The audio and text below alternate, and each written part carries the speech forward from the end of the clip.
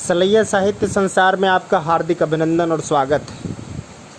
मुंशी प्रेमचंद की कहानी और अनुभव के माध्यम से मैं आपसे रूबरू हो रहा हूँ। प्रियतम को 1 वर्ष की सज़ा हो गई और अपराध केवल इतना था कि 3 दिन पहले जेठ की तपती दोपहरी में उन्होंने राष्ट्र के कई सेवकों का शरबत पान से सत्कार किया था। मैं उस वक्त अदालत में खड़ी थी। कमरे के बाहर सारे नगर की राजनैतिक चेतना किसी बंदी पशु की भांति खड़ी चीत्कार कर रही थी। मेरे प्राणधन हथकड़ियों से जकड़े हुए लाए गए। चारों ओर सन्नाटा छा गया।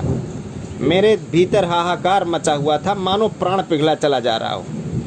आवेश की लहरें सी उठ करके समस्त शरीर को रोमांचित किए देती थी। ओह, कितना गर्व मुझे कभी नहीं हुआ था।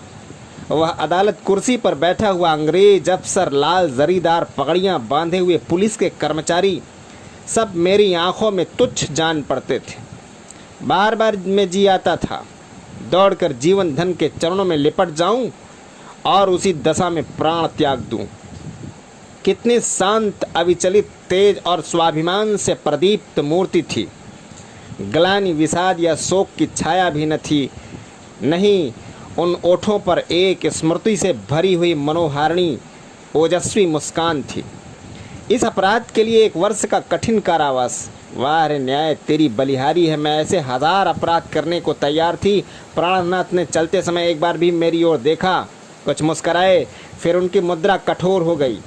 अदालत से लौटकर मैंने 5 रुपए की मिठाई मंगवाई और स्वयं सेवकों को बुला करके खिलाया और संध्या समय में पहली बार कांग्रेस के जलसे में शरीक ही नहीं हुई, मंच पर जाकर के बोली कि सत्याग्रह की प्रतिज्ञा मैंने ले ली है।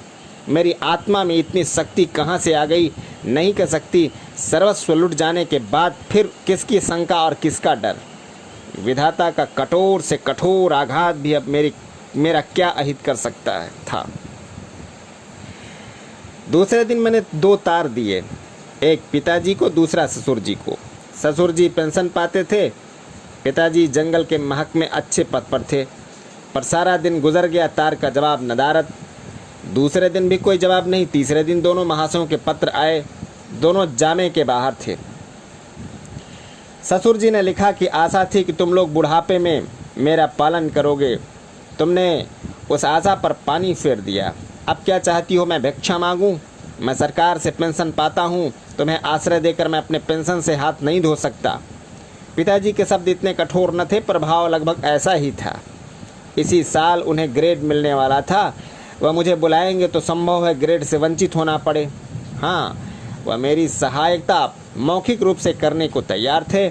मैंने दोनों पत्र फाड़ कर फेंक दिए और उन्हें कोई पत्र न लिखा।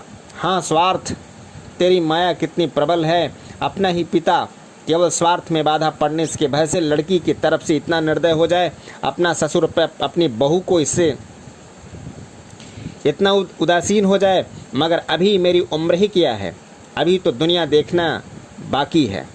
अब तक मैं अपने विषय में निश्चिंत थी, लेकिन अब यह नई चिंता सवार हुई। इस निर्जन घर में निराधार निराश्रय में कैसे रहूँगी? मगर जाऊँगी कहाँ? अगर कोई मर्द होती तो कांग्रेस के आश्रम में चली जाती या कोई मजूरी कर लेती। मेरे पैरों में नारीत्व की बेड़ियाँ पड़ी हुई थीं। अपनी रक्षा की इतनी चिंता न थी कि जितनी अपने नारीत्व की रक्षा की।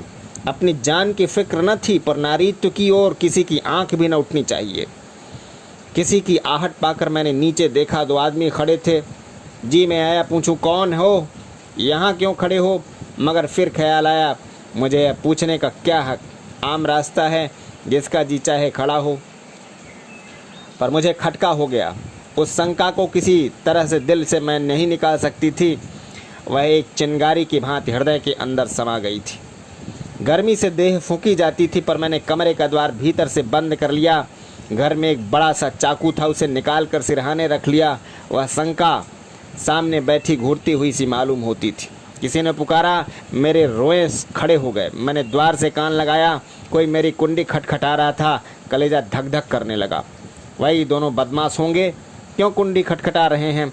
मुझसे क्या काम है? मुझे झुंझलाहट आ गई। मैंने द्वार खोला और छज्जे पर खड़ी होकर जोर से बोली, कौन कुंडी खटखटा रहा है? आवाज़ सुनकर मेरी शंका शांत हो गई। कितना ढाढ़स हो गया। यह बाबू ज्ञानचंद्र थे। मेरे पति के मित्रों में से इनसे ज़्यादा सज्जन दूसरा कोई नहीं। मैंने नीचे जाकर द्वार खोल दिया। देखा तो एक स्त्री भी थी, वह मिसेस ज्ञानचंद्र थी। यह मुझसे बड़ी थी, पहले पहल मेरे घर आई थी। मैंने उनके चरण स्पर्श किए।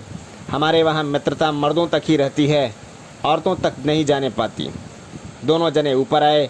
ज्ञान बाबू एक स्कूल में मास्टर हैं, बड़े ही उद्वार विद्वान निष्कपट। पर आज मुझे मालूम हुआ कि उनकी पथ प्रदर्शिका उनकी स्त्री है। वह दोनों बदन की प्रतिभाशाली महिला थी। चेहरे पर ऐसा रूप था मानो कोई रानी हो। सिर से पांव तक गहनों से लदी हुई, मुख सुंदर न होने पर भी आकर्षक था।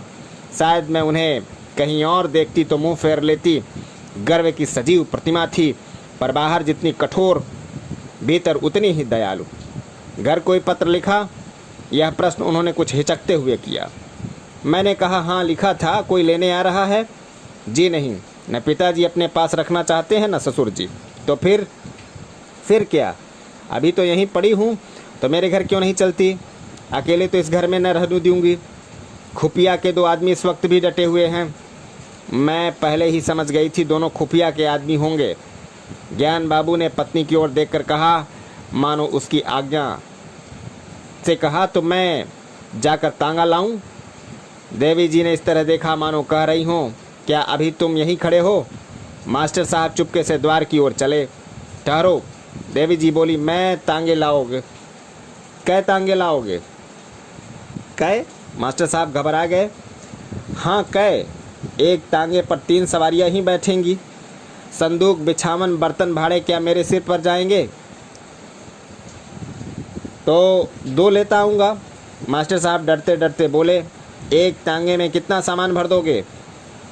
2-3 लेता हूँ। अरे तो जाओगे भी? जरा सी बात के लिए घंटा भर लगा दिए। मैं कुछ कहने न पाई कि ज्ञान बाबू चल दिए। मैंने सकुचाते हुए कहा, बहन तुम्हारे घर मैं कैसे चलूँ? तुम्हें मेरे जाने से कष्ट होगा। और देवी जी ने तीक्ष्ण स्वर में कहा, हाँ होगा तो अवश्य। तुम दोनों जून में 2-3 पाव भर आटा खाओगी, कमरे में एक कोने में अड्डा जमा लोगी, सिर में आने का तेल डालोगी, या थोड़ा सा कष्ट है? मैंने झेपते हुए कहा, आप तो बना रही हैं। देवी जी ने सहृदय भाव से कहा और मेरा कंधा पकड़ते हुए बोली, जब तुम्हारे बाबूजी लौट आवें तो मुझे भी अपने घर में मेहमान बनाकर रख लेना। मेरा घाटा पूरा हो जाएगा। अब तो राजी हुई ना? चलो असबाब बांधो, खाट वाट कल मंगवा लेंगे। मैंने ऐसी सहृदय, उदार, मीठी बातें करने वाली स्त्री मैंने नहीं देखी। मैं उनकी छोटी बहन होती तो भी शायद इससे अच्छी तरह न रखती। चिंता या क्रोध को तो जैसे उन्होंने जीत लिया हो। सदैव उनके मुख पर मधुर विनोद खेला करता था। कोई लड़का बाला न था, पर मैं उन्हें कभी दुख नहीं देता। ऊपर के काम के लिए लौंडा रख लिया था, भीतर का सारा काम खुद करती। इतना कम खाकर और इतनी मेहनत करके वह कैसे इतनी हृष्ट पुष्ट थी, मैं नहीं कह सकती। विश्राम तो जैसे उनके भाग्य में नहीं था। जेठ की दोपहरी भी न लेती थी। हाँ, मुझे कुछ न करने देती। उस पर जब देखो कुछ खिलाने को सिर पर सवार। मुझे यहाँ बस यही तकलीफ़ थी। मगर 8 ही दिन गुजरे थे कि एक दिन मैंने उन्हीं दोनों खुफियों के नीचे बैठे देखा। मेरा माथा ठनका, यह अभागे यहाँ भी मेरे पीछे पड़े हैं। मैंने तुरंत बहन जी से कहा, वे दोनों बदमाश यहाँ भी मंडरा रहे हैं। उन्होंने हिकारत से कहा, कुत्ते फिरने दो। मैं चिंतित होकर बोली, कोई स्वांग न खड़ा करें। उसी बेपरवाही से बोले, भूखने के सिवा और क्या कर सकते हैं? मैंने कहा, काट भी तो सकते हैं। हंसकर बोली, इसके डर से कोई भाग तो नहीं जाता ना। मगर मेरी दाल में मक्खी पड़ गई। बार बार छज्जे पर जाकर उन्हें टहलते देख आती। यह सब मेरे पीछे पड़े हुए हैं। आखिर मैं नौकरशाही का क्या बिगाड़ सकती हूँ? मेरी सामर्थ्य ही क्या है? क्या यह सब इस तरह से मुझे यहाँ से भगाने पर तुले हैं? इससे इन्हें क्या मिलेगा? यही तो कि मैं मारी मारी फिरूं। कितनी नीची तबीयत है। 1 हफ्ता और गुजर गया। खुफिया ने पिंड न छोड़ा। मेरे प्राण सूखते जाते थे। ऐसी दशा में यह रहना मुझे अनुचित मालूम होता था, पर देवी जी से कुछ न सकती थी। एक दिन शाम को ज्ञान बाबू आए तो घबराए हुए थे। मैं बरामदे में थी, परवल छील रही थी। ज्ञान बाबू ने कमरे में जाकर देवी जी को इशारा से बुलाया। देवी जी ने बैठे बैठे कहा, पहले कपड़े वपड़े उतारो, मुंह हाथ धो, कुछ खाओ, फिर जो कहना हो कह देना।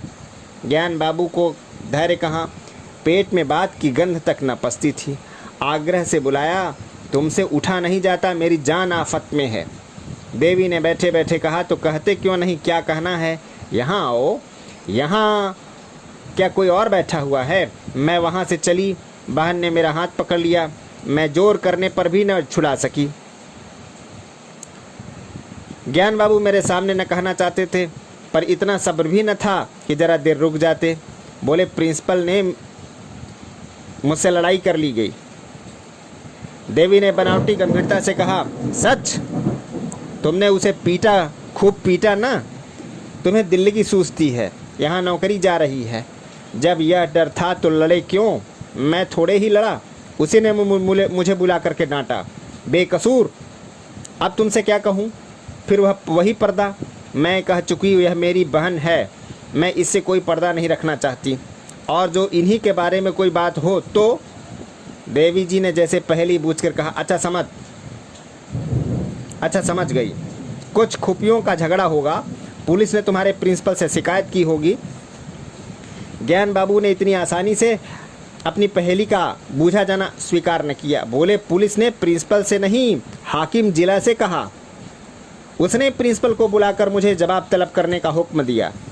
देवी ने अंदाज से कहा, समझ गई। प्रिंसिपल ने तुमसे कहा होगा उस स्त्री को घर से निकाल दो। हाँ, यही समझ लो। तो तुमने क्या जवाब दिया? अभी कोई जवाब नहीं दिया, वहाँ खड़े खड़े क्या कहता। देवी जी ने उन्हें आड़े हाथों लिया। जिस प्रश्न का एक ही जवाब हो उसमें सोच विचार कैसा? ज्ञान बाबू सिटपिटा कर बोले, लेकिन कुछ सोचना तो जरूरी था। देवी जी की त्योरियां बदल गई। आज मैंने पहली बार उनका यह रूप देखा। बोली, तुम उस प्रिंसिपल से जा कर के कह दो कि मैं उसे किसी तरह नहीं छोड़ सकता, और ना माने तो इस्तीफा दे दो। अभी जाओ, लौट कर मुँह हाथ धोना। मैंने रोक कर कहा, बहन मेरे लिए। देवी जी ने डांट बताई, चुप रह, नहीं कान पकड़ लूँगी। तू बीच में क्यों बोलती है, कूदती है? रहेंगे तो साथ रहेंगे, मरेंगे तो साथ मरेंगे। इस मर्दुए को मैं क्या कहूँ? आधी उम्र बीत गई और बात करना ना आया पति से। खड़े सोच क्या रहे हो? तुम्हें डर लगता है तो मैं जाकर कहा आऊँ? ज्ञान बाबू ने खिसिया कर कहा, तो कल कह दूंगा, इस वक्त कहाँ होगा कौन जाने। रात भर मुझे नींद नहीं आई, और बाप और ससुर जिसका मुंह नहीं देखना चाहते उसका यह आदर, राह की भिखारिन का यह सम्मान। देवी तू सचमुच देवी है। दूसरे दिन ज्ञान बाबू चले तो देवी ने फिर कहा, फैसला करके घर आना, यह ना हो कि फिर सोच करके जवाब देने की ज़रूरत पड़े। ज्ञान बाबू के चले जाने के बाद मैंने कहा, तुम मेरे साथ बड़ा अन्याय कर रही हो बहन जी। मैं यह कभी नहीं देख सकती कि मेरे कारण तुम्हें यह विपत्ति झेलनी पड़े। देवी ने हास्य भाव से कहा, कह चुकी हूँ या कुछ और कहना है? कह चुकी, मगर अभी बहुत कुछ कहूँगी। अच्छा बता, तेरे प्रीतम क्यों जेल गए? इसीलिए तो कि स्वयं सेवकों का सत्कार किया था। स्वयं सेवक कौन हैं? यह हमारी सेना के वीर हैं जो हमारी लड़ाइयाँ लड़ रहे हैं। स्वयं सेवकों के भी तो बाल बच्चे होंगे, माँ बाप होंगे, वह भी तो कोई बराबर कारोबार करते होंगे। प्रदेश के लड़ाई लड़ने के लिए उन्होंने सब कुछ त्याग दिया। ऐसे वीरों का सत्कार करने के लिए जो आदमी जेल में डाल दिया जाए, उसकी स्त्री के दर्शनों से भी आत्मा पवित्र होती है। और मैं तुझ पर एहसान नहीं कर रही हूँ, तू मुझ पर एहसान कर रही है। मैं इस दया सागर में डुबकटियाँ खाने लगी। बोलती क्या? शाम को जब ज्ञान बाबू लौटे तो उनके मुख पर विजय का आनंद था। देवी ने पूछा, हार की जीत? ज्ञान बाबू ने अकड़ कर कहा, जीत। मैंने इस्तीफा दे दिया तो चक्कर में आ गया।